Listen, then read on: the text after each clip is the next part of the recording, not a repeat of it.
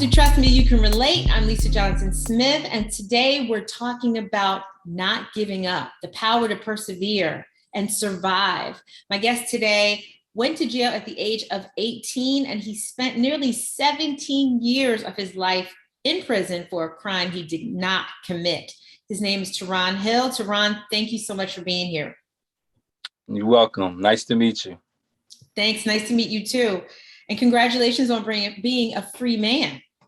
Yes, thank you so much. I'm so excited. Every day is a joy. Enjoy y'all freedom. Well, let's get right into it. Tell me your story. Like, why and how did you get convicted? Well, when I was 18 years old, I grew up in the city of Camden. Young, mom getting high, father not around. And I fell victim to the streets. I became a product of my environment. I grew up around a lot of family in the Pollock area where I come from. These guys that I was very familiar with, they sold drugs.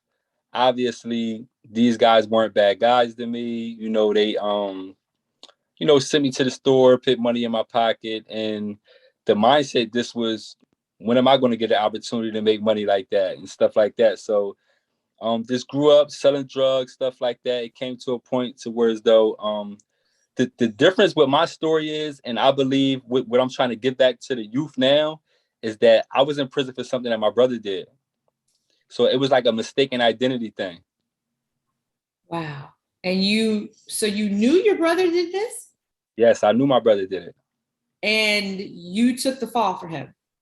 I didn't take the fall. I was actually with my girlfriend the night that all this stuff happened. So when they locked me up, that was my main focus. That I was innocent, that I was at home with my girlfriend, and that was it. Although I knew my brother did it, I felt as if, growing up in the city, this code of the streets, oh, don't tell, and all that type of stuff. But I didn't really give too much thought into that. Like, I just was focused on the fact that I was innocent and I was at home with my girlfriend. So what about your brother? Was he older than you, younger than you? Yes, my brother is a year and a half older than me. And so he was willing to let you do time for him? Pretty much. Like he came out after I lost trial. He came out to my family and he confessed and he told everyone that, Taron didn't do it. I did it. And he was supposed to turn himself in. He went and seen a lawyer, everything. And he backed out. And just left me in there. So, okay, you mentioned code of the streets. So you weren't going to turn him in. It was up to him pretty much to turn himself in. Yes. So where's your brother now? Where was he for the last 17 years? He's free. He was free. They just, how they need evidence. They had one, it was a drug user it was one eyewitness. It was a drug user who wound up saying that she didn't say she seen me. She said she seen somebody light skinned. And the police, due to their faulty procedures, they showed her one photo of me. One photograph. She didn't say my name. She didn't say none of that. They just showed her one photograph of me because they knew me from the area and stuff like that. And then she identified me and said it was me. And that was one of the reasons why they let me go. And you had an alibi of your girlfriend, who was your girlfriend. Yes. You still talk to your brother? No, I don't.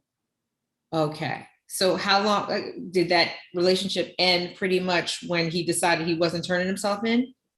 It was rocky, but it kind of torn the family. So me trying to be the peacemaker, because they, you know how it is. That's still their son, that's still their nephew, they brother and all that. So They tried to show him love and tried to just tell him, like, you wrong. Taron is locked up for something that you didn't do, and you need to turn yourself in and get him out. But he just wasn't man enough. He didn't have the courage to do it. Oh, wow. And everybody around you knew he did it. Yes. So you basically sat in jail all those years knowing that. At what point did you cut ties with him? I mean, I cut ties with him.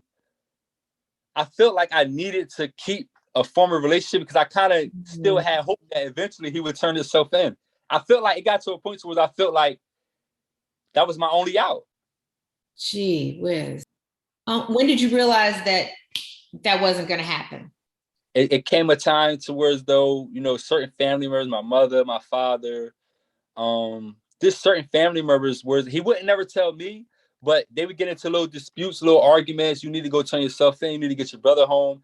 And his response would be, I'm never turning myself in. He got to get out how he can get out.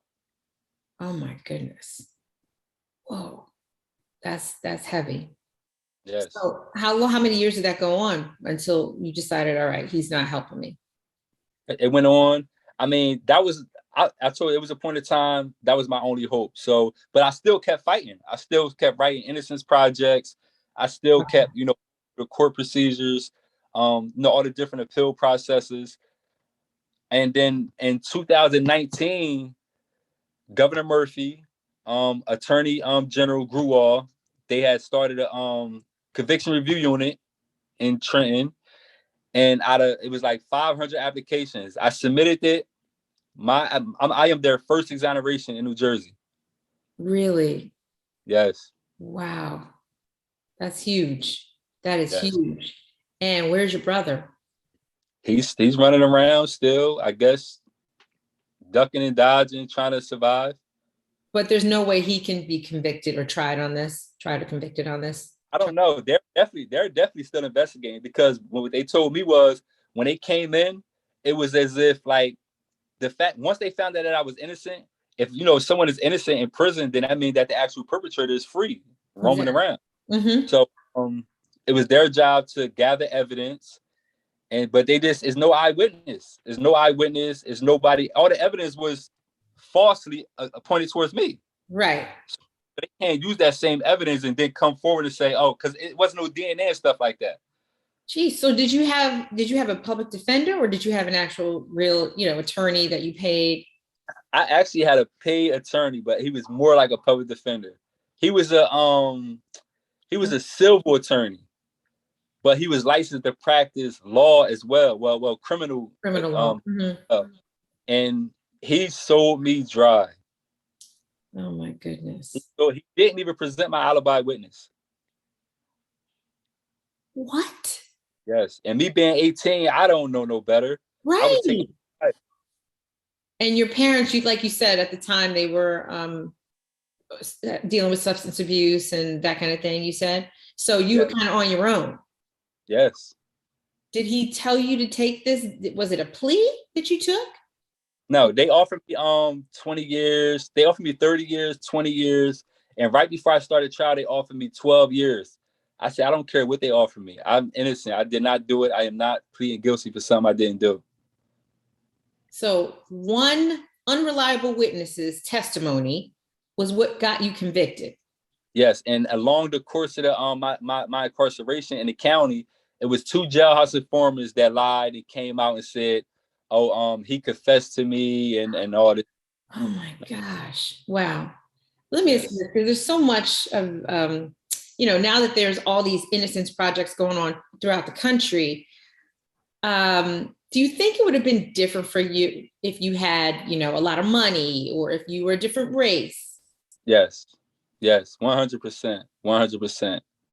And it's crazy because it's times that, especially once my mother and father came forward and said, brother, like, confessed to them and actually, that he was the one that did it. Yeah. I used to think, because a judge, we actually went in front of a judge and they got on the stand to testify to this.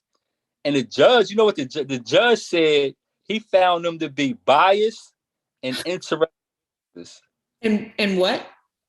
No, he said he found them to be biased and clearly interested witnesses just trying to help me, just trying to help a son. You think? Totally like neglecting the fact that they're saying that their other son did it. Oh my gosh. Like, who's going to turn in one son for another son if that didn't really happen? Absolutely. Wow. Well, I want to talk more about the justice system a little later, but let's talk about what happened. So you're 18. Is this your first time in prison, in jail? Yes, first time. Only. Yes. Okay, so you're 18. You're tried as an adult. Yes.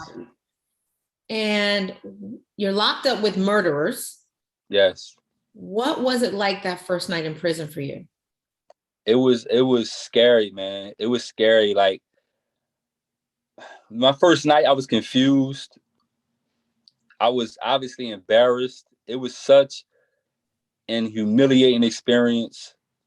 And all I could do was just keep hope. Just keep hope. The fact that, like, I'm not no bad guy. I wasn't no bad kid. I wasn't out there robbing, stealing, doing a bunch of stuff. I just was selling drugs. I felt like that was my way to survive.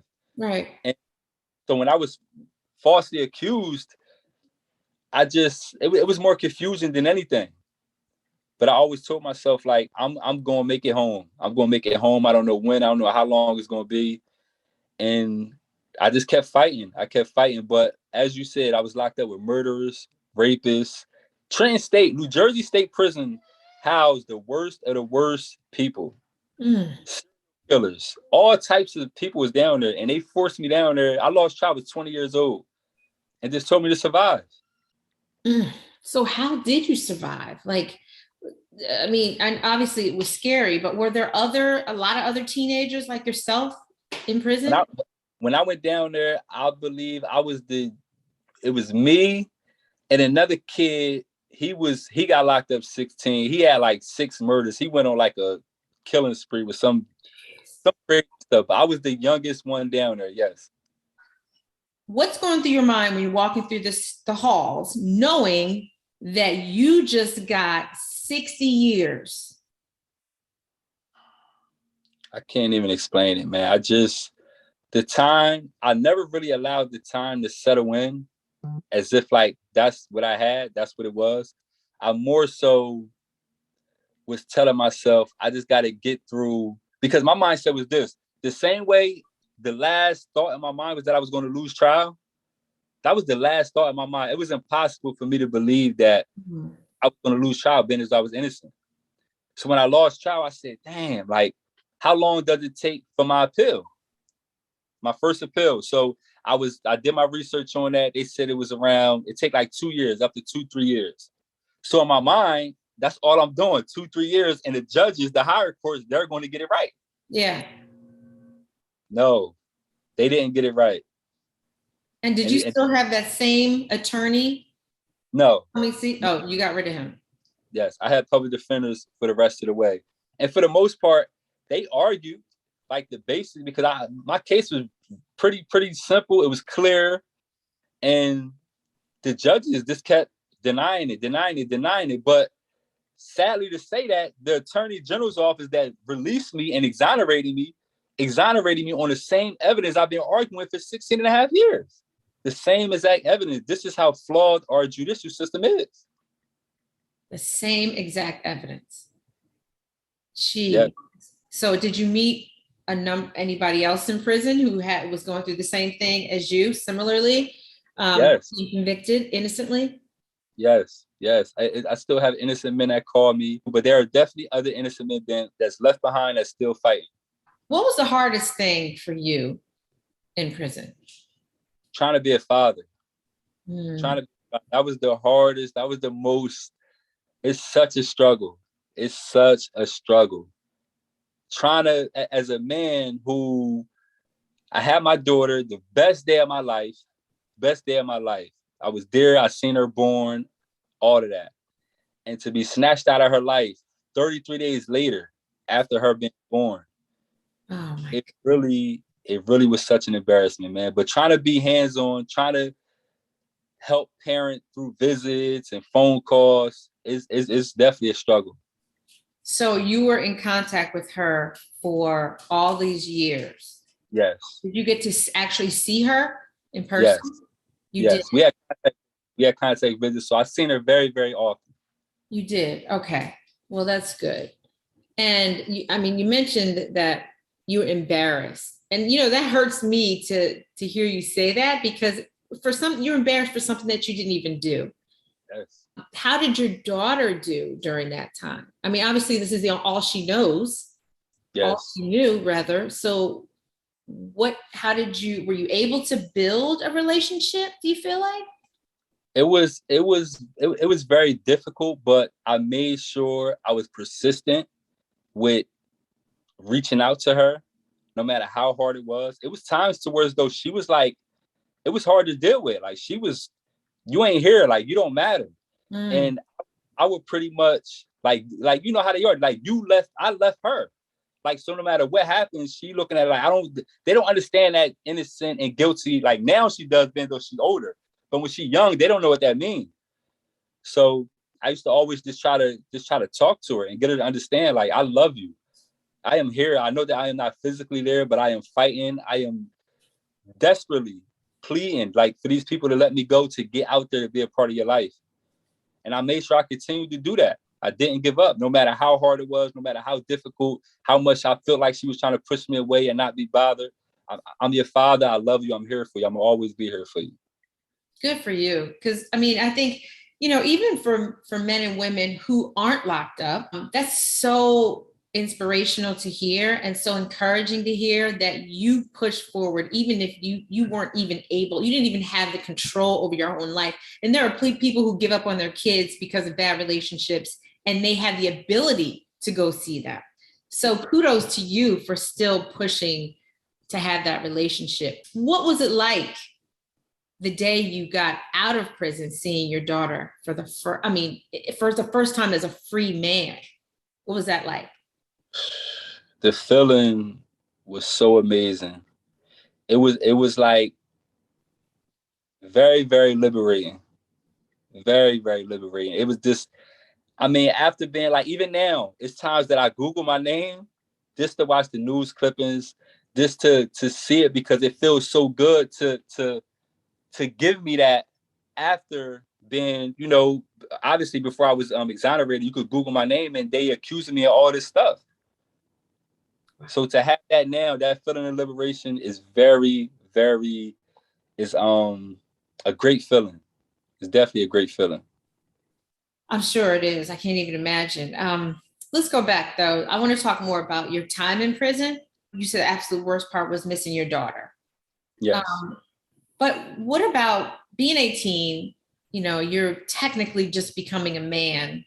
And when you hear about prison, you hear about people having to join certain groups in order to be protected and that kind of stuff. Did you find yourself in that situation? It was definitely times that I felt, because everybody, it's just like those environments, everybody's picked up. These people mess with that people, these people mess with that people. And the ones that's pretty much not associated with any type of group, Yeah. it's kind of prey, considered prey in a sense. Right. And so for me, you know, I was from Camden, so naturally, you probably got older guys down there. They probably know your mother. They probably know your little family members, stuff like that. So I had a few guys that was familiar with certain family members of mine, uncles and stuff like that. So they kind of took me under their wing, showed me the ropes. Like, yo, stay away from this, stay away from that. You know, just fight for your freedom. Fight for your freedom. Stay in the law library. Just stay on top of your stuff and just keep faith. So did you do that? Did you Yeah. stay in the law library? Were you able to, you know, work on those types of things, work on yourself, you know, further your education or anything while you were in prison? Were you able to do that? Yes. But everything is self-taught in New Jersey State Prison. They don't provide you with no type of college courses, no type of education at all. None. Are you Everything serious? Yes. Everything is self-taught. So they talk about prison reform. Is there's really no such thing in the state of New Jersey, is what you're saying? I can't speak. I only been in New Jersey State Prison. Right. But to my knowledge, the same thing is in the other prisons. They don't provide these type of things. If not, you got to pay.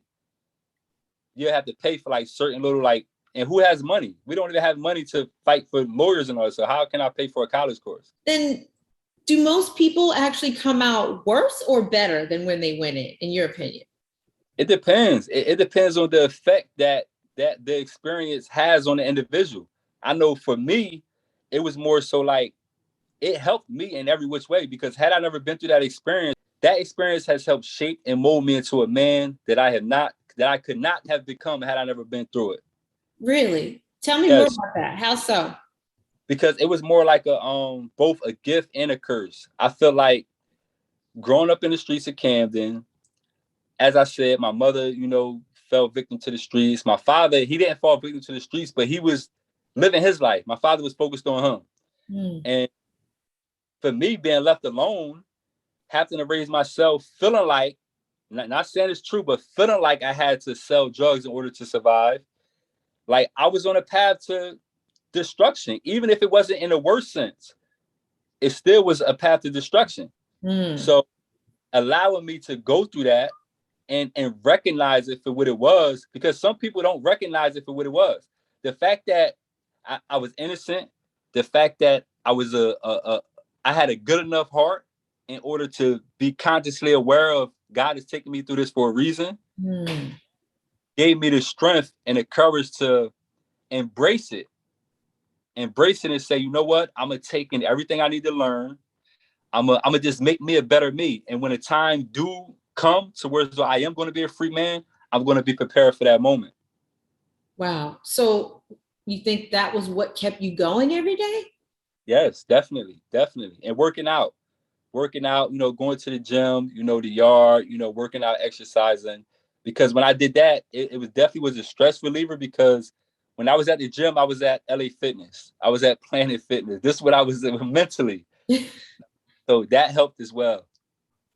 What did you, besides your daughter, what did you miss most while you were in prison? The opportunity to be whatever it is you want to be. Once I began to believe that, once I began to see it for what it really was, I began to dream daily. I can't wait to be able to do this. I can't wait to be able to do that. Take advantage of everything. The importance of relationships. Like, I love people. I love getting to know people. I love, I am a people person. I mean, there's a lot of people in prison used to be like if a guy, it's hard not to like me. So if a guy didn't like me, or if they had an issue with me, like, how you gonna have an issue with him? Like, he's a good guy. I'm happy every day. I'm never down. So for somebody who's kind of miserable, they kind of look at that like, that's like weird to them. They like, why this dude always happy and smiling, all this good energy? Like, they can't understand. How did you stay happy every day? How did you not become bitter? What was it that didn't allow you to become bitter and angry?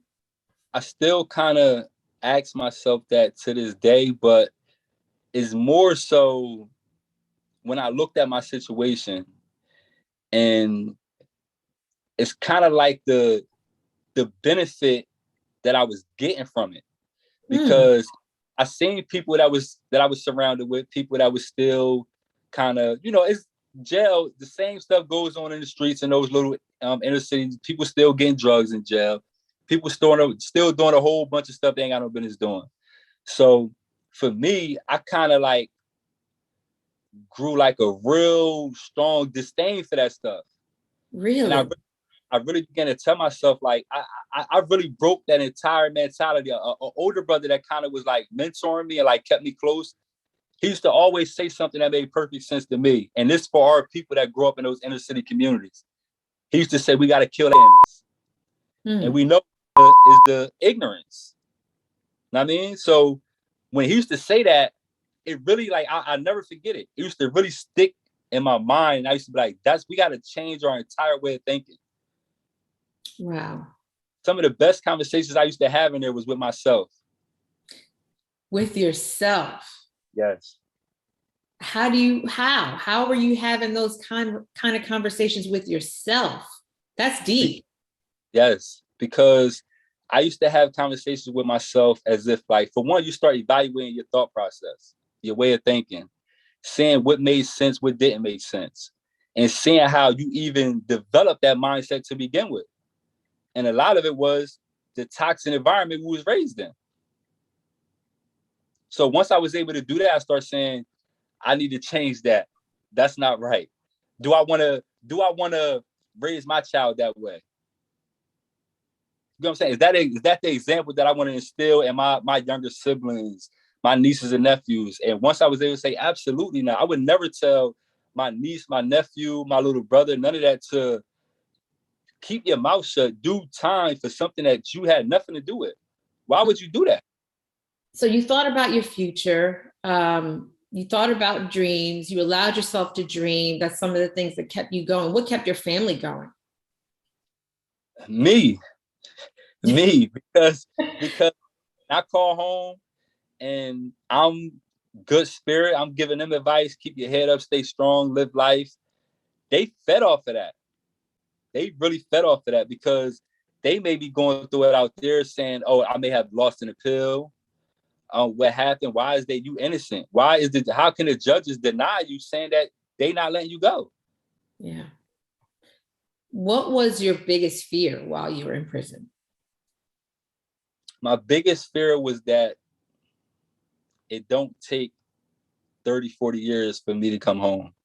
That was my biggest fear. Again, I knew I was coming home. I just know that innocent men, because a year prior to me, it was two men from Camden that was wrongfully convicted, and they won new trials. Seton Hall took their case and they won a new trial. They did 25 years. Jeez. So my biggest fear was that it didn't take that long or even longer before I was recognized as being innocent. How many appeals did you go through? It was around 5 appeals. It was around 5 appeals. And each time? Each judge denied. And again, for a third party, a third entity to step in, objective view, look at it from the very beginning, come in immediately. They seen all the flaws in the case immediately. And they say, this man is innocent. So you were locked up during COVID. Yes. How was that? Man, so many. I think Trenton State had the most deaths from COVID. I think it was around, if I'm not mistaken, don't quote me, but it was around 30, 40 people that died from COVID. So were there anything put in place to protect the prisoners? After we already got it, I caught COVID, everybody, it spread through there like wildfire. Oh my goodness. So wow. You had to deal with it. You had to get over it. If you survived, you survived. If you made it out, and then the masks and the hand sanitizer and all the precautions started to take place. So what are some of the things that you found? I mean, you mentioned that, there's still drugs in prison. There's still a lot of stuff going on in prison. Now that you're out, like, what would you say is one of the biggest things that needs to be changed? In prison? Mm-hmm. And for prisoners? It needed to be more attention paid to the fact that it's innocent men in prison, for one. Because even when it came to the fact that, and I don't like when they use the word wrongfully convicted, because again, the guys that was let go a year prior to me, they was considered wrongfully convicted. But me, in my case, they actually exonerated me. The judge, they acknowledged my innocence. They don't normally do that. And it's a big difference because a guilty person can be wrongfully convicted. You mentioned that one of the older brothers kind of took you under his wing, helped you out. So 10 years in, you're in, right? Did you find that you also did the same thing for younger guys coming in? Yes, younger guys coming in, but the younger guys, they were different than me. Some of these youngest guys coming in, no matter how they may be good, but me, it's kind of like, you know how certain guys come up in the streets differently. Some guys is like, it's almost like being good is like corny in a sense. Right. So guys, they were trying to hear it. Yeah, guys want to be cool. They want to be accepted. Now, this my man. He gonna look at me funny if I don't do this or if I don't do that. All that went out the window for me. I said, listen, this is who I am. I'm going to embrace it. I'm not no tough guy. I'm not no guy who's going to be peer pressured into responding in a way that you think I should respond. I mean, so that right there was good for me, but everybody can't do that. Where did you get that strength from to just really stand on your own convictions and not give in to that peer pressure? You're 18 years old. You have all these grown men around you. Where did you get, where's that come from? Well, it just came from conversing with myself. making it clear, like who are you? You know, when you figuring yourself out. And once I began to figure myself out, like, yo, this is who you are. You are a good dude. You're not no tough guy. You're not no gangster. You're not no thug. Embrace who you are. And then whoever like it. Whoever don't. And did you find that to be a problem for No. some of the guys? No? No. I mean, some of the guys, my age group, they found it to be a problem because in their mind, they may want to do it, but they don't have the courage to do it. Mm. So for me, I said, I got the courage. I don't care. Like, and then also it's like, is this thing that come with the streets, like guys that go to prison, oh, you real, you kept your mouth shut, all this and that. It's kind of like, that's kind of like glorified in a sense. That also went out the window for me. You think I want to be glorified spending 16 and a half years in prison for something I did? Who am I want to be glorified from? The streets? Right. The streets wasn't sending me no money. The streets wasn't taking care of my daughter.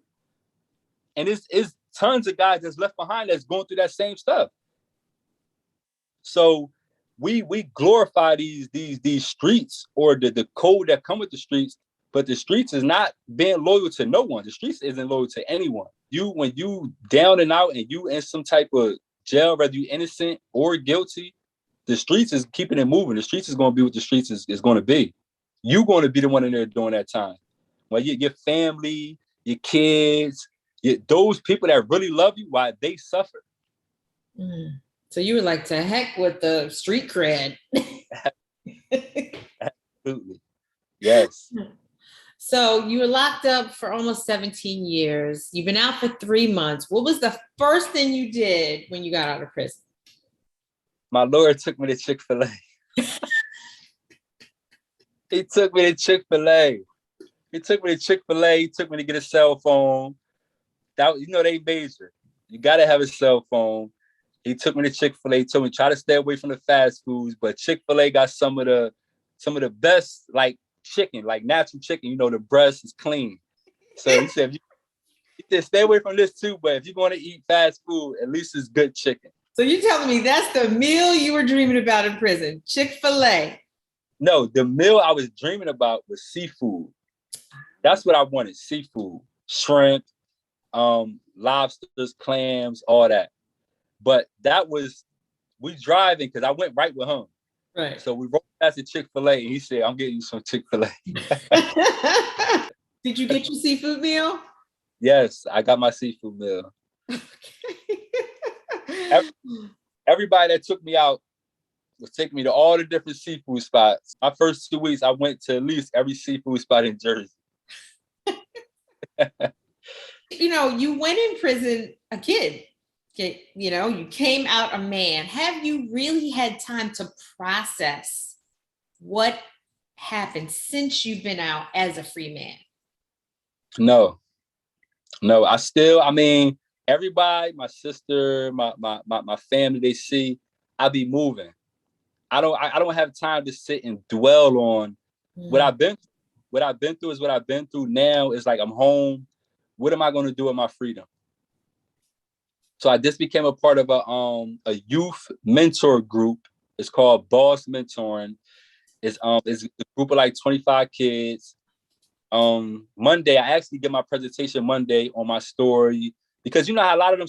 I've been a part of those groups growing up, and a lot of the staff can't really relate to what those kids are going through out there. Yeah, being surrounded by poverty, being surrounded with negativity, guys from the community that they actually know, maybe family members that are selling drugs, getting high, doing stuff. Yeah, and these are the examples and the influences I have to grow up around. So here you are, you telling me, oh, do right, do this. You don't know what I'm going home to every night. Right. So it's important for me to be there, allow them to, I've been through actually what y'all going through now. And it's okay to be cool is doing good. Cool is doing good. Yes, this is what's going to happen if you choose to go that route. And the fact that, again, as I said, me locked up for something that my brother did, is like, you think those friends out there is really your friends? If my brother, I'm talking, me and my brother, my mother has 5 kids. My father has 7 kids. Out of all 12 of them, me and my brother, the one that I did time for, is the only 2 that share both the same mother and father. Mm. Wow. So it don't get no closer than that. If No. this man can do this to me, what friend can I possibly think I have? Yes. And I want them to see that. I want them to ask themselves that. Wow. That's going to be so impactful for so many kids out there. So congratulations to you on that. So you said you haven't really had time to process it. Do you think about, or are you considering seeing a therapist to deal with this trauma? Because it is a trauma. I don't think a lot of people look at it like that. Yes. I definitely thought about it. I haven't really given much consideration because it's feel like I know I need it. I don't want to downplay that. I know it's important. And I do want to get around to doing it. I mean, I don't have I'm not dealing with issues of, I guess, trauma or depression. I'm not dealing with any of that. But that doesn't mean that something is not buried in me that needs to, the healing. That's all I need is really healing. Yeah. And I need that process. Yeah. I would encourage you to really do that. I mean, you've been through a ton of stuff. I'm sure you know. People go to a therapist for a lot less. So I would really encourage you to do that. What type of mental and emotional adjustments have you had to make since your release from prison? Being a parent. And I told myself this, coming home, I said, listen, you can't go home trying to dictate being a father. Boom. You can't. Yes. My daughter, she was 16. She's already coming into, she's accustomed to living with her mom, only pretty much having to listen to her mom. Mm-hmm. So I had to really ease myself in, and just more give advice and guide in a sense, Mm-hmm. rather than control or dictate. That is such great advice, and that's a lot of wisdom on your behalf, because I think I know some people who did time in prison and their kids were really young like yours, and then they come out and they think automatically they're just gonna step into their kid's life like they've been present all this time and say, no, don't do this, yes, do this, and the kid looks at them like, who are you? Yes. So that's wise. Do you find that your relationship is improving with Yes. Yes, she just texted me the other day. We still, because she's very sarcastic. She's very sarcastic. She gonna speak her mind, all of that, and it gets under my skin sometimes. I'll be like, who talking to? So, and then she so-called think because she's speaking her mind, she'll say, but Dad, I'm just telling you how I feel. But I'm like, it's a way that you say it though. But she's so used to doing that. She's a feisty little girl, and I tell her, as long as you are respectful to me, your mother, your grandmother, whoever, like, always speak your mind. I always encourage her to speak her mind. I mean, so it's good, but now that I encourage her all these years, it bothers me sometimes. Like, this was asked for, but it's going well. She did send me a text the other day. She sent me a picture that we had took, and she said, Dad, I just wanted you to know I'm so happy that you're home. I love you so much. I appreciate you. And I said, you made my day. I said, you made my day. Thank you. Oh, wow. That's great. What was the most unexpected thing you learned while you were behind bars? The courage that I had, again, growing up around a bunch of friends. I grew up with a lot of friends and old cousins, some of them cousins, close friends or whatever. It was a lot of us growing up. I was one of the younger ones. So I always kind of felt pressured. And a lot of things, even if it wasn't me, but even if it's not you feel like, oh, I got to do it. They're going to think I'm soft, or they're going to think whatever. This stuff that I'm sure typical teenagers go through. So for me coming into manhood now and me saying, nah, I'm not a kid no more. Like, I am I'm the type of person, like, I don't care about what people say about me, stuff like that. I'm more so like, as long as you're not trying to physically harm me to where I got to defend myself, I'm cool. I don't have nothing to prove to anyone. Everything I have to prove it to myself, it's my daughter and my family. They're the ones who I don't want to let down. They're the ones who motivates me. And I really want to give them a true example. That's awesome. And how do you feel about the people that convicted you? I said they did me a favor. I said they did because I embraced it. I was able to consciously tell myself, you're going through this for a reason. You would not have been able to obtain the information, the knowledge, the strength, everything that I was able to, help shape and mold me had I never been through it. So that was a gift. Like, that's a blessing. Wow. All things work together for good. Yes. The Bible says. So now what? Now that you're out, will you file a civil lawsuit? Will you get restitution for your time spent? Yes. I am definitely filing a civil lawsuit, a federal lawsuit. And everything I intend to do with it is just pretty much give back. I want a foundation. It's called the Rare One Foundation. I really want to, help with the kids. I want to give back to started one to like the wrongfully convicted, the other innocent men that's left behind. Because one very, very important fact that many people not know, as far as men that's in prison, all they are asking for is for the judicial system to follow their own laws. That's all they're not asking for them to do them no favors. They are making arguments. They present arguments to the courts. And they saying, according to your law, you say that if this happens, this violates my constitutional rights in this area, that area, whatever area that they argue. And they're asking to follow that law. Now, when they don't follow that law, the entire system is broken. But again, according to your race, according to you having money, stuff like that, they make someone with money, someone that may be white or whatever, may present the same argument and get released. Right. It should be like that. Definitely flawed.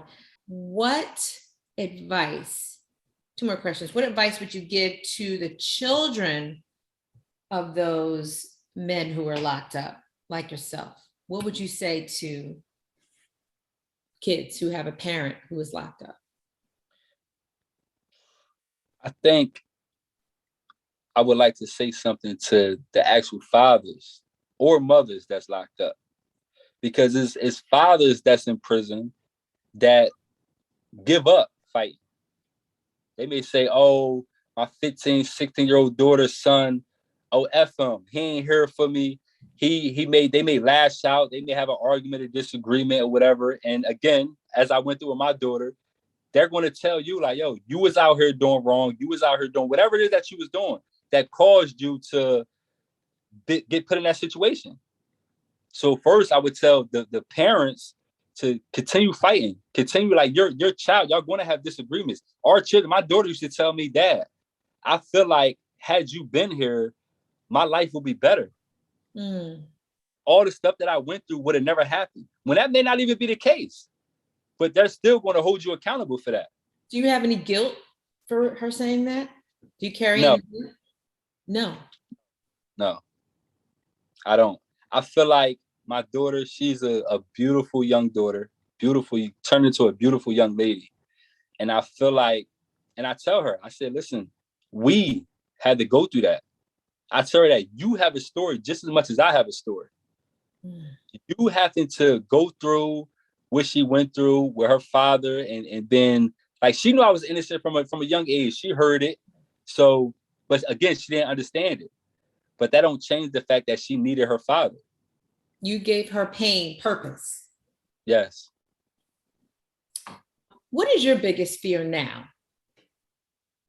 My biggest fear, I fear failure. But after understanding what failure really is, failure really only is giving up. Because I understand that losing is a part of life. You're going to take losses, but as long as you continue to be persistent, continue on whatever it is, goals, dreams, whatever it is that you have, win, lose, or draw, you can't fail as long as you do that. It's impossible. And you're going to have an effect on somebody, whether it's in your family, outside your family. You're going to have an effect on somebody that may make a difference. When they say one person can change the world, that's very, very true. I could save one person, and I could possibly save that person's entire family, his entire generation of bloodline. Absolutely. And knowing that motivates me, inspires me for sure. Well, have you ever heard the saying, failure is written in pencil? Yes, it could be erased down. Exactly. And your life, Teron, is an inspiration. I'm blown away by your attitude, by your happiness, your outlook for your future. And I know that it's bright.